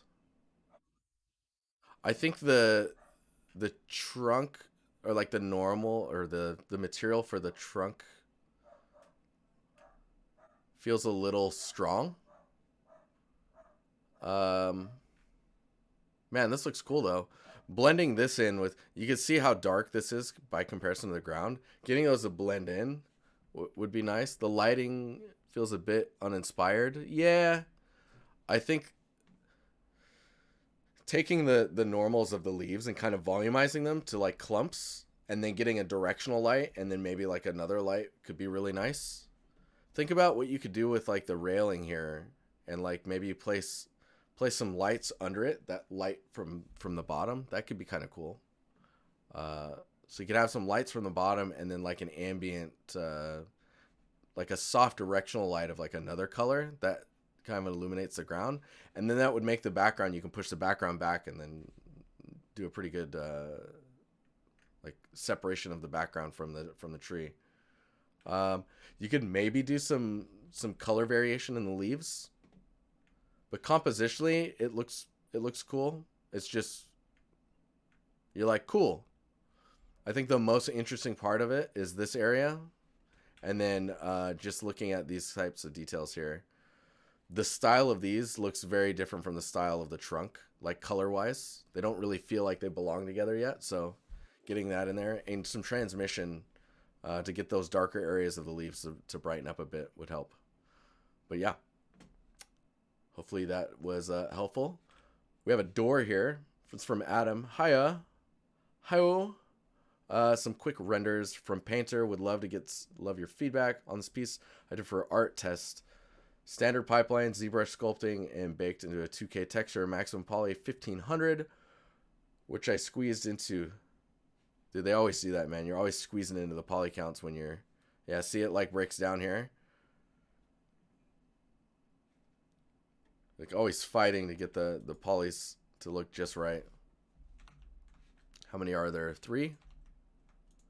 So breakup wise, this all looks pretty cool. What I would actually do is you could get higher resolution if this type of speckling detail was in a detail normal. And if this material here and the little breakup stuff that you have going on here was a really broken up version and then a textured version, and then you're blending between the two. I don't know what your limitations were, like if you were allowed to use multiple UVs or multiple textures, if it could only be one baked texture. So that's, again, art tests get a little weird when it comes to this type of stuff. Overall, looks cool. Could use maybe a little bit of there's a little bit of buildup of something going on here. Maybe some bird poop would be nice. That usually grounds things, right? And then it looks like maybe this is sand or dirt. I don't know. It's hard to read the overall. Sculpt wise, it looks pretty interesting though. There's some nice silhouette breakups as well.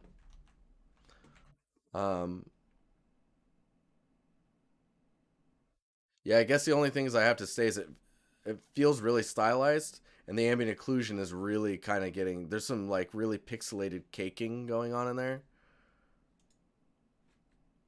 So I'm not sure like what the reference looked like. It feels very stylized though. It's like stylized realism. Yeah, normals look nice. It's just this darker information, these pixels. Could you not bake it out higher res? Bake onto 2K texture. That's rough, man. Because like I think what I would do is I try and get really smart about it. Bake this top piece separate from this piece. Take this one, build this once, and this side is the same one, the other side. Map them all together and do it that way. And get it all in one texture sheet, I guess, because that's what they asked for. Because the character on here is really good, but the resolution is really suffering in these areas because of like what you had to, how you had to render it. But yeah, cool. All right, this one's Sebastian. What's up? Working on the scene for the last 2.5 weeks for work, not for an actual project, so NDA is fine. Oh, good. Good. Thank you. Designed for like RTS type of game, so low poly AF, using just 3 different materials for the walls of the buildings, because lazy. That's not lazy. That's smart. Some stuff like the train, truck, and tree is not made by me. Other modular workflow. Using a modular workflow and a ton of decals and trims. Textures are 512 squared for the buildings and 1024 for the props. Atlas. I mean, this looks cool, man. Then thought he was going to get canceled. Please, no. Don't do that to me. So this all looks pretty cool, especially for an RTS in that sense. What you're really going to need is another UV set to bake some lighting, because you really need to get some separation and depth into these spaces, and making it really feel like those areas are receding back into the building is going to be really important. If you're going for real-time lighting, then you guys really got to push your screen space ambient occlusion or your like real-time AO. Vertex blending and dirt details would be good. Yes. You will get much more breakup if you can do some vertex blending. I would also pay for one more texture for surface breakup of like grimy bits and stuff, so that you can have buildings that are dirtier or not as dirty. You'll get more reuse. Vertex paint, they are gonna kill me. All right. So if all of these are using like a modular set, I would try to also take that modular set and add some character into the surfaces. The roads look fine. I think you need them to be pretty calm for an RTS because you need to be able to see the character. But you do need like maybe like another layer of like debris as like an alpha cutout or something. But for RTS, man, you guys need some good trees for your RTS, I think. Nice. Nice. Overall, it's pretty cool though. I'd be curious. I'm getting some Commando vibes from this.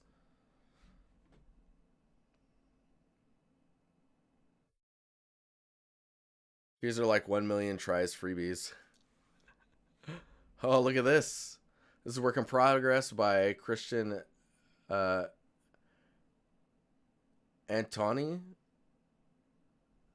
Antonini. He can't get to his laptop, so I'm putting this up. So he's watching the stream too. The color one is the original concept. Screenshot is slightly older. He has added the wrinkles on all the bandages.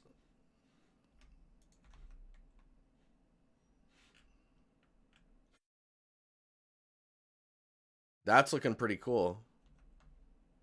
Oh, there we go. Now he's at his computer. All right. I mean, this looks pretty cool. The fingers on the hands feel a little short. Because I'm assuming this is in ZBrush, dude. I would, or it's in some type of sculpting program. Bring in a character from ZBrush, and just place the hand near your hand, and then just scale everything to match the kind of the size of the digits and whatnot. Because this feels also quite thin, and it's just a matter of like nailing in those proportions. But overall, this feels really cool. Man, that head turning and looking at me would terrify the crap out of me.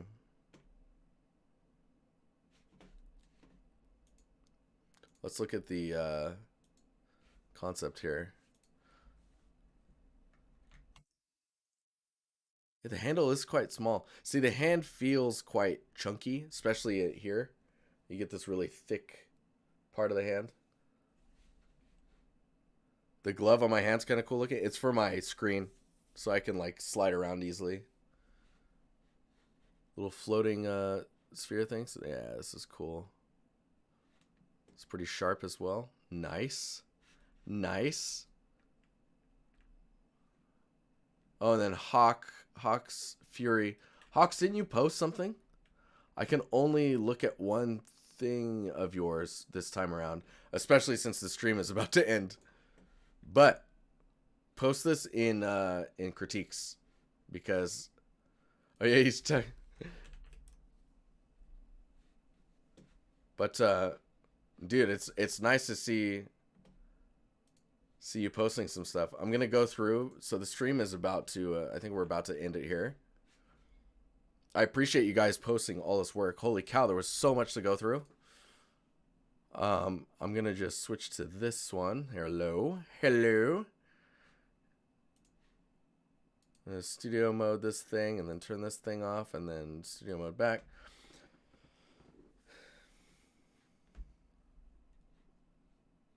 Yeah, seeing that animated would be super cool. I will send you to your dreams tonight. Is that a threat, DEFCON? Is that a threat?